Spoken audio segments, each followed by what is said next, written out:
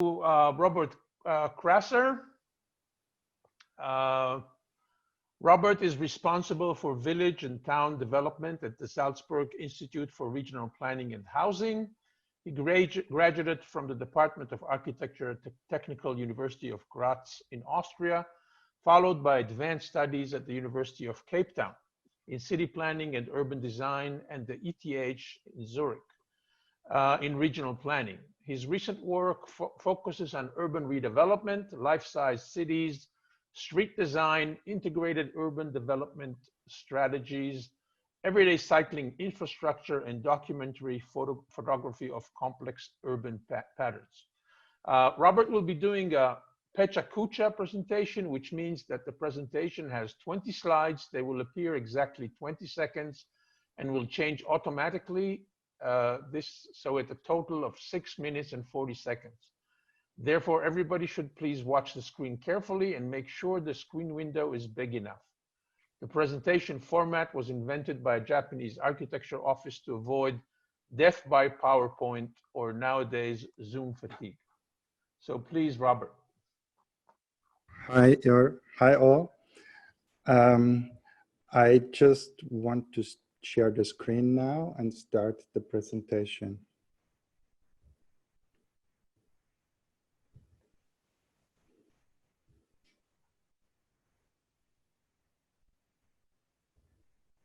As I said, every slide is 20 seconds. So in total will be 6 minutes, 40 seconds.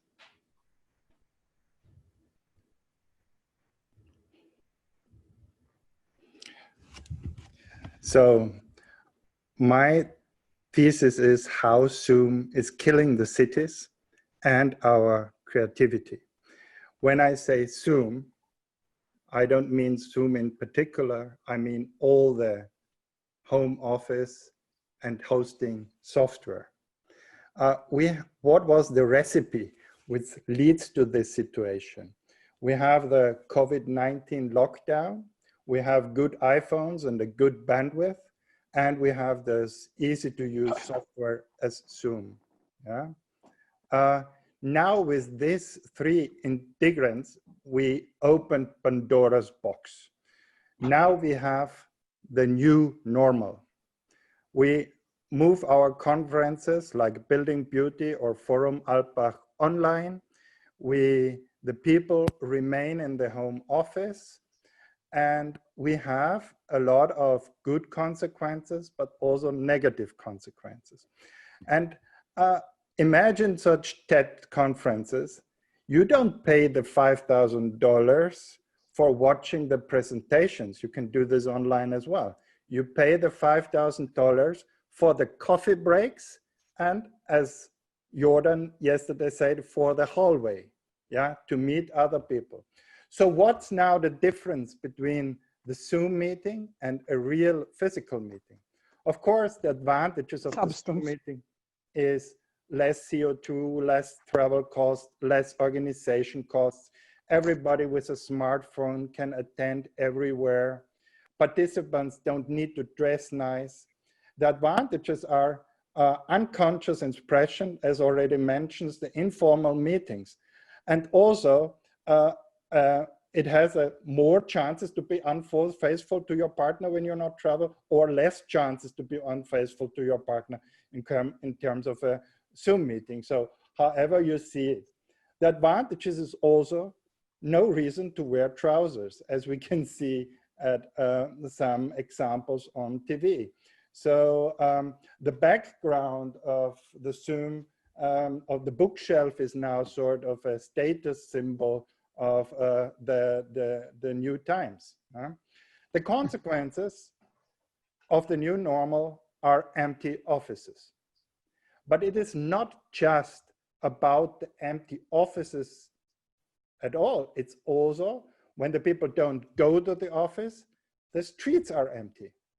The cities are empty.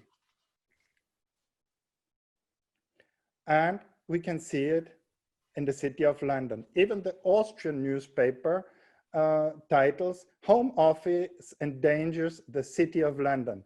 The capital of the empire is orphaned. because the British have discovered the love for the home office. The economy is growing and the government is reacting. So far, unsuccessful. So we can see in this level of service studies that on the streets, the retail, the high streets have a minus of 30%. Only the pedestrian, this is the blue line, they in the parks, they go up a little bit during lockdown. So the outlook for after the year 2021 is about 20% of the workforce will shift it to home office, and 30% of all international business trips are replaced by Zoom or the other softwares. Yeah?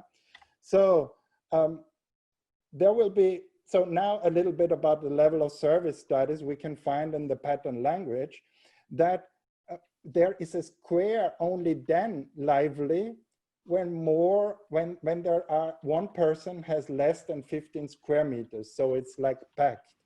If it is a little bit less, like 30 square meters per person, then it is not lively. We have discovered this in the, approved this in the city of Hallein and Salzburg. But then we have to find out something very thing. We have to be aware of the tipping point. 20% less people doesn't mean that there are no sidewalk contacts. It could be nothing. So now we talk about creativity. Creation cannot come from nothing. It comes from an idea, from a feeling, from an emotion. And this reservoir from the ideas, they get mostly from personal contacts. So how to fill this personal idea reservoir? Of course, you can read, you can learn, you can teach. But in physical company, like in city life, different cultures, joking, coincidences, or as Christian said, the reactions, the events, the foreign cultures, or the dispute, yeah, is very important because this is stronger. So the BUPs in London, they take the role because after work, you're going there.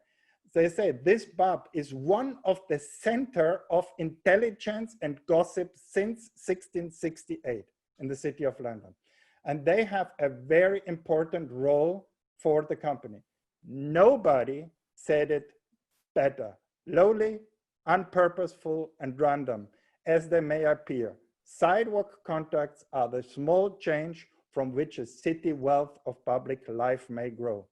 So Jane Jacobs was right, and we have to be careful to put too much online, and I'm not agreeing with the universities either. So impact to the office, less innovation, less informal contacts, less gossiping means less creativity, and also the impact on the cities.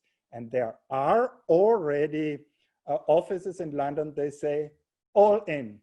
So no home office anymore, all in. So we see to the future, is this what we want? Shopping, school, mail, movie, work, meeting, relax, everything online?